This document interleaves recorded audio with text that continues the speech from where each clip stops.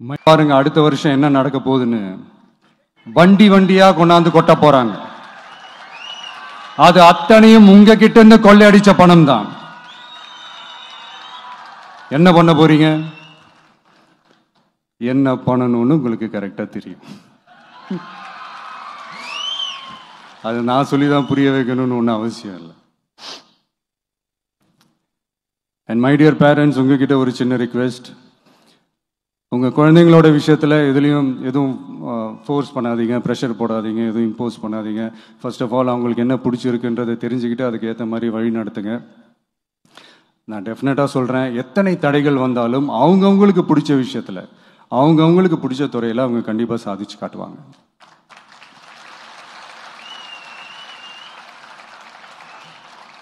And இன்னொரு முக்கியமான விஷயம் உங்ககிட்ட நான் ஷேர் பண்ணணும்னு நினைச்சது என்னன்னா, இந்த சாதி மதத்தை வச்சு இந்த பிரிவினை வளர்க்கிற அந்த சிந்தனை பக்கமே போயிடாதீங்க. அந்த சிந்தனை உங்களையோ இல்லை உங்கள் மைண்டையோ டிஸ்டர்ப் பண்ணுற அளவுக்கு அதை அலோவ் பண்ணவே பண்ணாதீங்க. விவசாயிகள் என்ன சாதி மதம் பார்த்தா பொருளை விளைய வைக்கிறாங்க?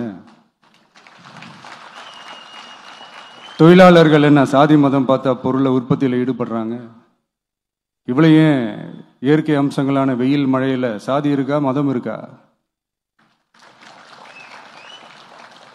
எப்படி இந்த போதை பொருட்களை எப்படி நம்ம அறவே ஒதுக்கி வைக்கிறோமோ அதே மாதிரி இந்த சாதி மதத்தையும் ரொம்ப ஸ்ட்ரிக்டா தூரமா, எவ்வளோக்கு எவ்வளோ தூரமா அதை ஒதுக்கி வைக்கிறீங்களோ அவ்வளோக்கு அவ்வளோ அதை தூரமா ஒதுக்கி வச்சிருங்க. அதுதான் எல்லாருக்குமே நல்லது.